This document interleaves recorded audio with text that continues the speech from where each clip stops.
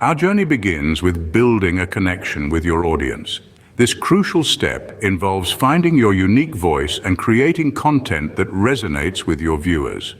Authenticity and relatability take center stage here. It's all about being genuine and creating a bond with your viewers that keeps them coming back. Moving on, we delve into the world of comments and feedback. This interaction with your audience forms the backbone of a loyal community. It's not just about replying to comments, it's about handling criticism professionally and turning it into an opportunity for growth. Next, we explore the art of promoting your channel. Promotion strategies can vary from social media sharing to email marketing and cross-promotion. It's about finding the right mix that works for your channel and amplifies your reach. Finally, we step into collaborations and networking.